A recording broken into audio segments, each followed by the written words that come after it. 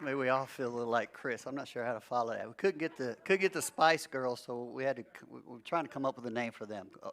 Underseasoned, maybe, I don't know. That was a lot of fun. So we're in week 2 of this series about our wants and our values and our desires, all of this kind of leading us towards something. 3 questions that I ask people a lot just when I counsel or talk to them, even just in casual conversation. One is, what do you want? And that's a hard enough question for a lot of people to answer, because we think we know what we want, but when we really try to scoop that out, it's kind of hard. Because a lot of times we're just kind of keeping up, trying to catch our breath. But then the next question, if you know what you want, what are you doing to get what you want? Like, what are you doing to get it? What are you not doing to get it? And then finally, okay, well, how's that working? How's that working for you? And if the answer to that last question is, well, it's not working, or it's not working the way I want it to be working, then we can go back to question 1 or 2 and talk about it a little bit more. But at the end of today's message, I'm actually going to give you 3 more questions, not these, but similar questions that I want you to take and kind of chew on your own for homework as we're kind of building in this series week to week. But I want to ramp back up again by starting where we started last week, with just that first question. What do you want? What do you want? How do you answer that? We learned last week that this is actually a really tricky question, not as simple as we think it might be, because whatever comes to your mind when you try to answer that question, we said that it kind of parallels some other areas that we all have in common, such as, we all want our way. We just admitted that, and we all want to do what we want to do. And even if you don't know what it is that you want, we all want it now. We don't like to wait. We want it right now. So on the one hand, I ask, what do you want? And you might come up with something pretty good, but running in the background of what we want is that we want our way, we want what we want to do, we want it now. But we also said that, okay, if we always just do what we want to do, then we end up in places many times where we don't want to be. And no one can make you do anything you don't want to do. So this is something that each of us on our own kind of have to scoop out and be honest with and wrestle with God about and work out for ourselves. And there's hope. That's what this series is intended to try to help you do. So then we ended up asking a better question, which we're going to wrestle with a little bit more today, and that is, what do you really want? And we made the point, okay, if we get what we want now, we might not get what we really want later on. And all of us could share stories of how that's played out in our lives, how we got what we wanted, right? But then later on it became a regret because it got in the way of getting what we really wanted later.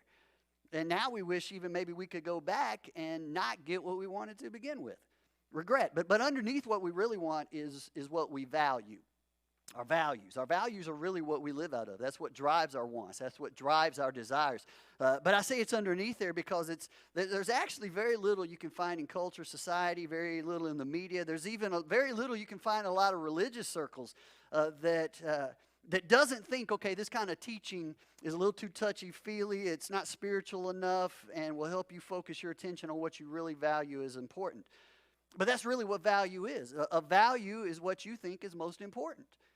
And that's what you live your life out of. Whether you can give a formal definition of your values or not, you live your life based on certain beliefs. And lying underneath what I want, what I really want, what's driving me to do what I want to do, what drives me to see who I want to see, who I'm hanging out with, where I want to live, the people around me, and how I want people around me to act, and what I want people to know about me, what I don't want people to know about me. All of that's driven by my beliefs, my values.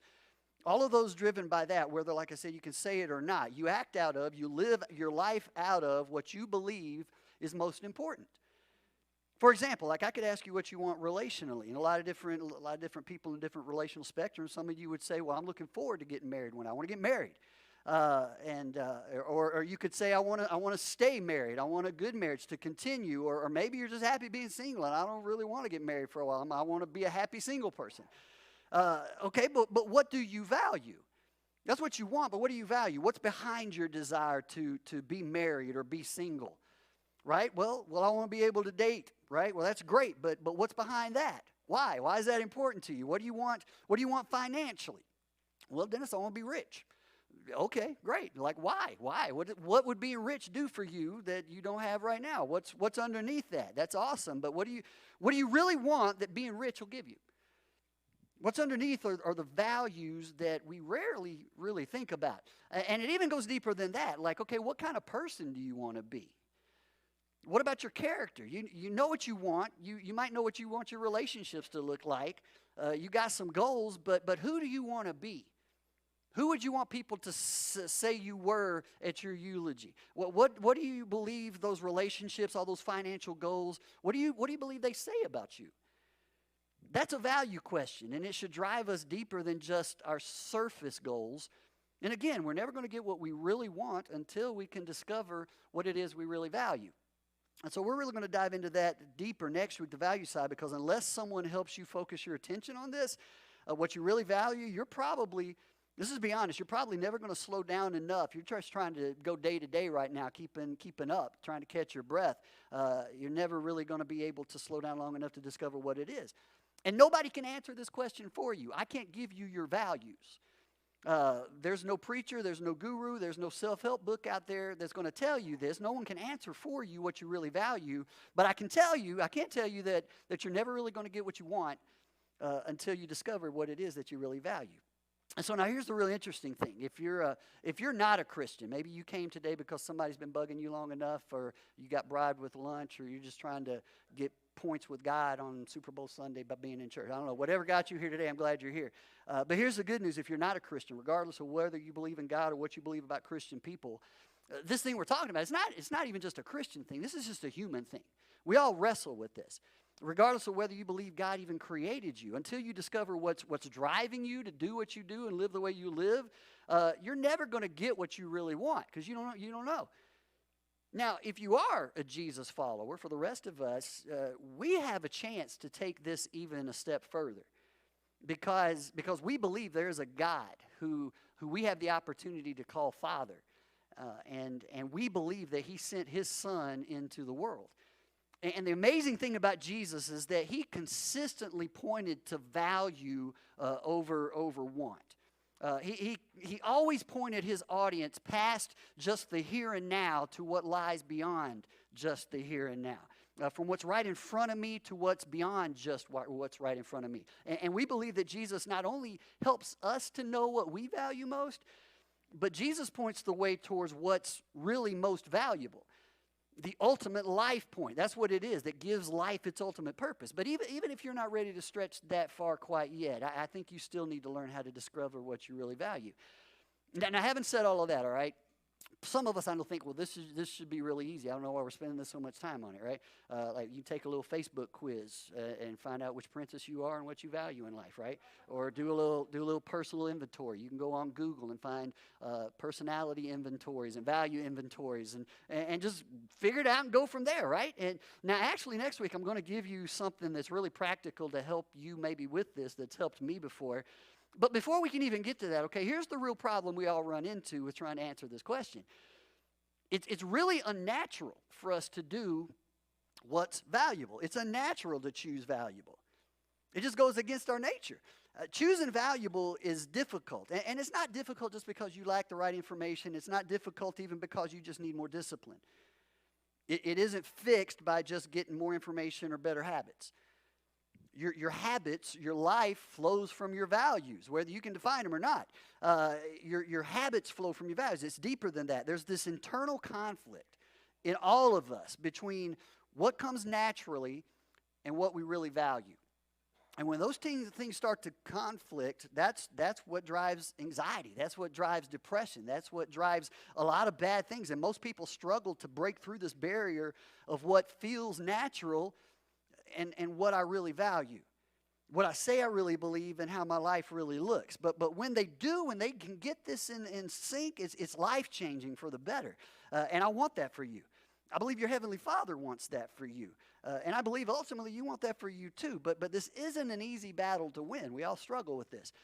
In fact, I believe one of the people that best understood this was a person who wrote half of our New Testament, the Apostle Paul. And I love reading some of his writings where he just gets really raw, because I can relate. And one of the many letters that he wrote to the churches that he planted back in the first century, he wrote to a group of new believers living in Rome. Now, if you were a Christian living in Rome during the first century, it was not a very safe place to be.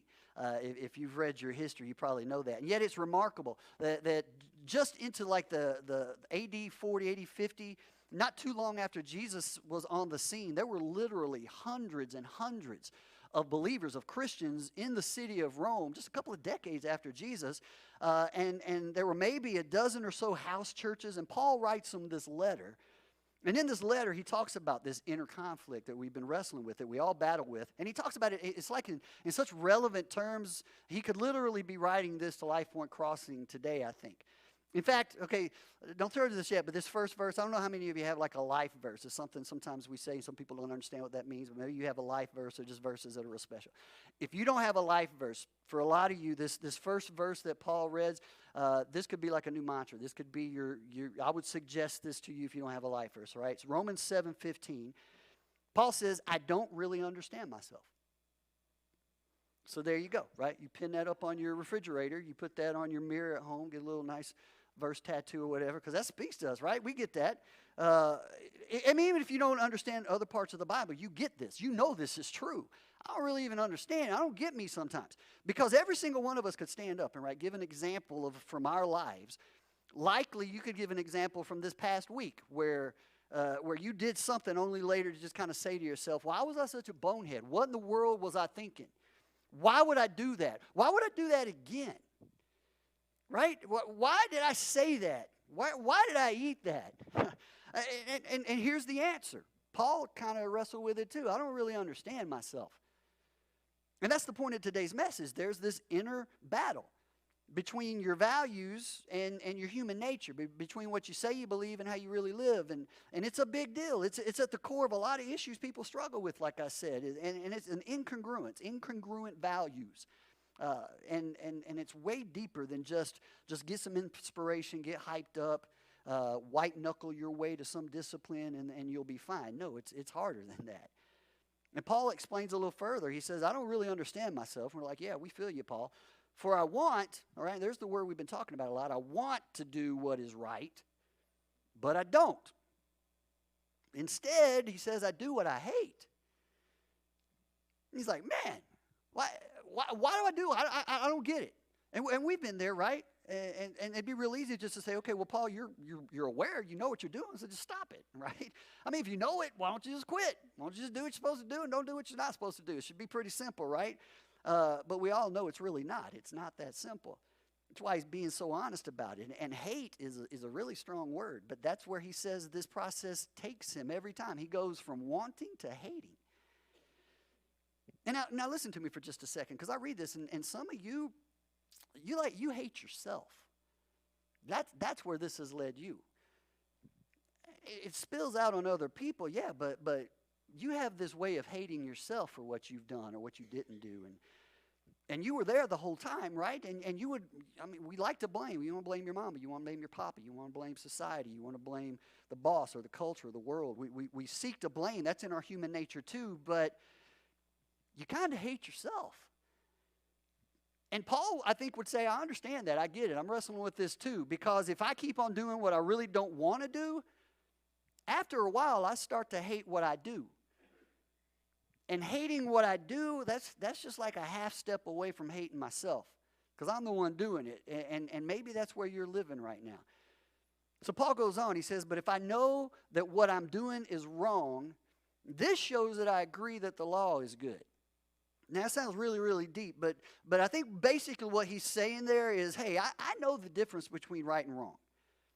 I get it. I feel guilt when I do something bad. I don't even need the law to tell me. I know the difference between right and wrong, but just the fact that I feel guilty when I do something wrong lets me know that I'm in agreement with this moral compass that the law teaches. I get it. But most of the time, I don't even need the law to tell me when I'm doing something wrong. I know it. God put that in me. I know the difference. I know what I shouldn't do, and I know what I want to do. I just have a really hard time doing it sometimes. And so he goes on. He says, I want to do what is right, but I can't. Now, like parents, what if your kid came and tells you this, right? How do you deal with this? You're like, no, just do it, right? Don't give me this, I can't. What do you mean you can't, Paul? You're a grown man. You know. Just do what you want to do. Stop doing what you don't want to do. I can't? No, suck it up. Grow up. Be a man. That's what we want to say, right? At least At least we would say that if we didn't relate to this so much. And he goes on, he says, I want to do what's good, but I don't. I don't want to do what's wrong, but I do it anyway. I mean, honestly, this should make you and I feel maybe even a lot better.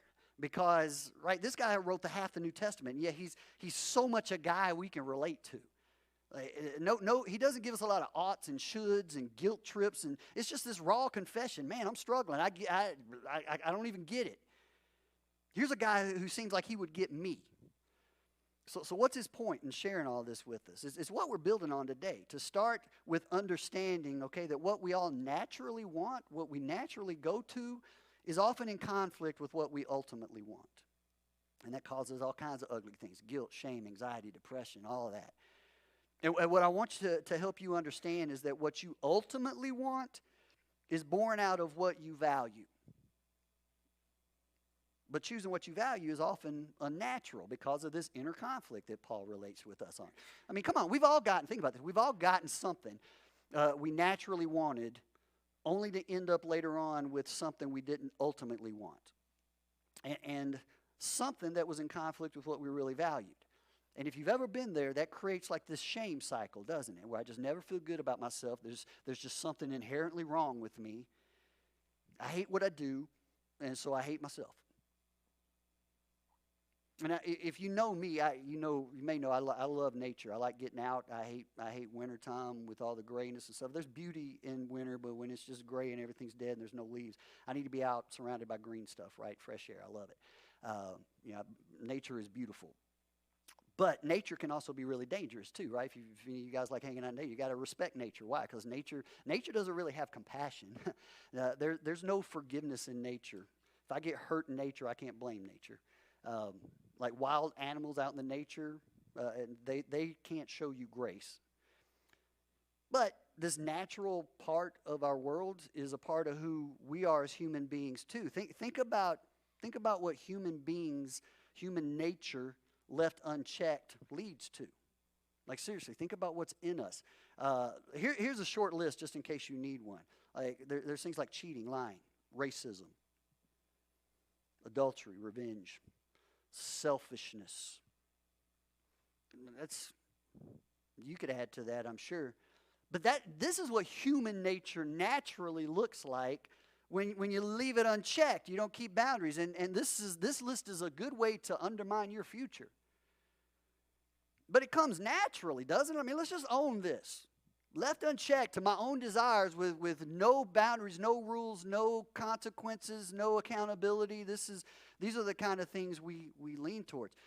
So Paul, in another letter that he wrote to Christians living in the ancient city of Galatia, he kind of explained it to them this way. He says, when you follow the desires of your, and he calls it a sinful nature, your human nature, sinful nature. He says, when you do that, the results are very clear. And I mean, if you don't even like that word sinful, you could take it out for now. I mean, it's still true. You'll come back to it. It's just your nature. But as Christians, we believe that our nature is fundamentally broken. That's what sin is. It's missing the mark. And I know, okay, a lot of us want to resist that word brokenness about ourselves. It doesn't sound nice. It's not very like humanistic or good to think about ourselves as being broken and whatever. But if you don't want to believe it, all you have to do to prove it to yourself is, ask yourself, do you ever do things that you don't want to do, but you have no idea why you do it or don't do it, and you just end up confused? You ever feel guilty about the things that you do? Where does that come from? You ever do that? The answer is yes for all of us. And it's because something is fundamentally broken. We're all broken. We got to own it. And so Paul admits it. He doesn't mind talking about it. And he says, okay, the results are really clear. You see it. And he's going to give us his list, although we could probably come up with our own list if we wanted to. A lot of evidence in our own lives of all the results of sin and brokenness, couldn't we? Like I could have brought a board up here and I could have asked y'all, hey, let's just list out some stuff. And we could just make a big old long list and you could sit back there and look at it and be like, yep, that's me. All right? I mean, that's not me, but that's somebody I know, right? Yeah. We all know the kinds of stuff we're tempted to do, but okay, Paul gives us this list anyway. Look at this. He says there's sexual immorality, impurity, lustful pleasures. Those are all around us. And he says idolatry, sorcery. We don't talk as much about those two maybe anymore. But idolatry, really, when you think about what idolatry is, it's basically putting anything, something in front of relationships, whether it's something in front of God, something in front of other people. Something takes our attention. Sorcery, basically they use sorcery to try to control people. Do you ever struggle with that? Yeah. He goes on, hostility, quarreling, jealousy. Jealousy is probably for me personally, the ugliest one on this list that I see in myself.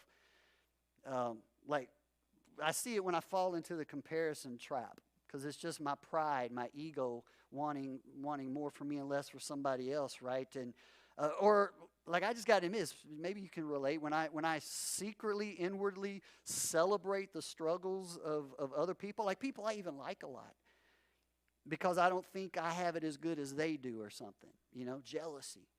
I hate that about me. It's like it happens, and then I'm like, where does that even come from? And then I hate myself for feeling that way, but it's in there, and it happens. It's ugly. Seeing someone works hard, or like someone gets in shape, right, and they're doing really good, but then the next time you see them, they've put on a few pounds, and you're happy about it. It's like it makes you feel better for some reason. And how does that kind of thing make you a better person? It doesn't. But none of us can deny that's what's in us. What is that? You can call it what you want, but the writers of the New Testament would say that's your broken human nature that needs repurposing. He goes on, outbursts of anger, selfish ambition, dissension, division. Man, churches are wrought with that. Envy, drunkenness. You might say, no, I don't get drunk, but all of us in here are just one or two relationships away from someone who would say, I don't know why I drink so much, but it's destroying my life. Wild parties, he says, other sins like this. He could keep going too. We could add to this. But before we're too real quick to pick out our one or two favorites on this list and jump on it, all of these things have the potential to do the very same thing in our lives. And I know you're all good people. You're in church this morning, right? But all of these things come naturally if we don't check them. One or more of these things have kept most of us from getting what we ultimately want. And how's that working for you, right? What's that doing for you? It's a big deal. I mean, this isn't just touchy-feely preaching, is it? I mean, this is right where we live every day of our lives, the daily battle we all fight. And Paul fought it. But here's why we're talking about it for a few weeks. This is a battle you can win. It is. There is a way you can learn to embrace valuable over natural. There's a way not only to get what you really want, but to get what you were created for, to get the bigger story of your life and what it was meant to tell. That's what God wants for each and every one of us. Now, there's one other cool thing I want to show you, and then we're going to wrap up for this week. But I want to look at something else James said. We looked at his letter a little bit last week, brother of Jesus. But he gives us a word picture in his letter that's just gritty enough that I think all of us can latch on to it and relate in the same way we relate to Paul in our own battles and our struggles. Because here's what he wrote. James 1:14, he said, temptation comes from our own desires, right? Our wants, which entice us and drag us away. Now, this is one of these verses, I don't know if you're just kind of reading through it or whatnot, you probably wouldn't stop and really catch the imagery of what I think he's getting at. But I would guess not many of us in here have ever literally been grabbed and dragged away from something, right? I was trying to remember if that ever happened. I've had maybe my shirt or jacket caught in a car door before. Maybe the closest I've ever been to like literally being dragged away. So what James is getting at here, describing, it entices us and drags us away. It's so visual. This is the picture of someone who, they're really trying. They are. Their motives are golden. They're trying to do the right thing. They're really trying to maintain some discipline, maintain some good habits in their lives. They're trying to embrace what's valuable. They're really doing it, but something comes along and grabs them and drags them away. That's the battle we all live. That's the struggle of valuable versus natural. The opportunity, it just came up, but it ended up dragging me away, right? The relationship dragged me away.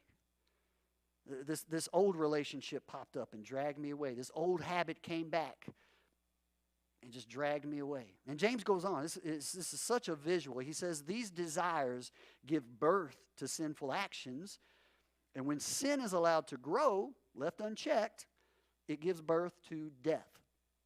It's where it always leads. Sin kills stuff. Sin steals away the future, right? Sin ultimately undermines the way we see ourselves, so that we get to a place where we end up saying, I don't even know why I do what I don't even know that I don't know. Right? I don't even know why I do the things I do. I don't understand myself, and I'm starting to hate myself. Something's wrong with me. But then James ends where I want us to end today and land today as well, and build on this a little bit next week. But it's almost like he looks across the pages of what he's writing here, and he just imagines people that he's writing this to. And he had an audience in mind, but it's like I just picture him sitting at a table with a little lamp, and he's writing this out and kind of struggling to understand himself, right? Or maybe he's sitting outside, and he's writing this on really rare paper with really rare writing utensils, and he's doing this with his audience in mind. And then here we are, 2,000 years later. I'm reading it from a tablet. You have a Bible. We still have it to be able to read from. It's just amazing to me. But he had an audience in mind just like us here today, because this is still so relevant. This is still so applicable. But he ends by simply saying this. He says, so don't be misled. Don't be misled. Don't be misled, brothers and sisters. And you know why he says this? Because I think he knows how easily we are misled. I mean, we don't even think. We just act sometimes, right? He knows how easy it is to get distracted by what we want in the moment and lose sight of what we really want. It's almost as if he's reaching across like 2,000 years of human history and looking at each one of us right in the eye and just saying, listen, don't be misled. Don't be misled. Don't be misled. Don't be misled. Don't be misled. Don't trade what is ultimately valuable for what is temporary and immediate. Don't trade valuable for natural. Don't be misled. And I was thinking about this even in the place we are as a church. Like, we're several months now into a season of our church clarifying our vision and our mission as a church. Like, what is it that we really want? What is it that we value? What is that? Are we going in the direction God would have us to go? And we're starting to see some fundamental changes starting to take place. And now we're starting to see a little bit of the fruit of that. But these are the kind of changes we're going through that both scare me a little bit and excite me, because these are things we're praying for that only God can do. And that takes courage and that takes faith. But it's kind of forced me as well as some others to really ask ourselves, okay, what's driving you? Why is this important? Like what drives me? And why? What's the motivator for all of these changes? Why is it important? And for me, a big part of it is right here. Don't be misled. I mean, it kills me. That's what a life point is all about when you really understand this. Don't be misled. There's purpose in every step. There's a focus that your Heavenly Father created you for uniquely. Don't be misled. And when we, as our vision says, we want to lead people to follow Jesus. Don't just follow the church. Don't just follow a leader. Don't just follow a personality. Don't just follow a worship style, not even a system of theology. Follow Jesus. And then that causes us to lead with love the way that he did. Well, what does that mean? That means that's your go-to. That's your first step. Regardless of who and what that person is, love.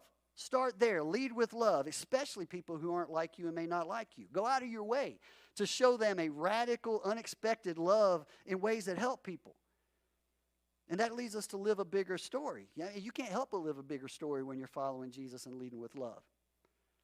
Your perspective gets so much bigger. But it is so easy as we're pursuing those things to get distracted by all the fancy bells and whistles, all of the thrash and trash and all of that, believing that life is all about my wants and my desires and my beliefs and my rights.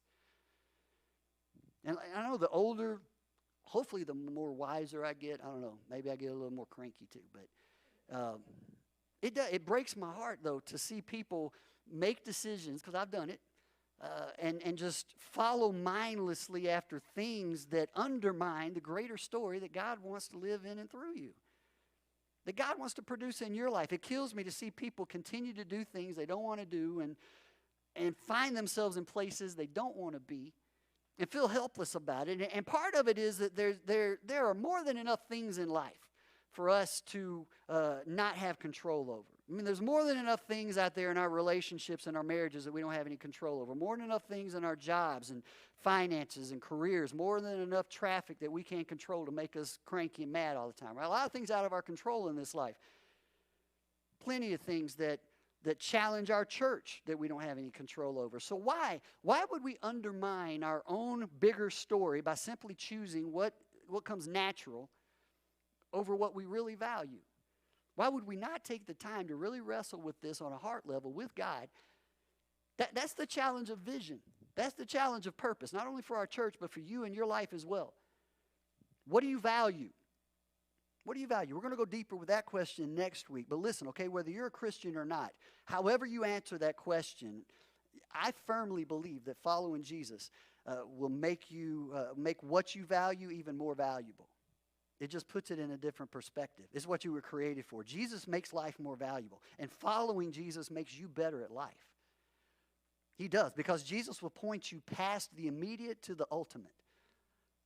And Jesus will point you toward valuable, not just natural.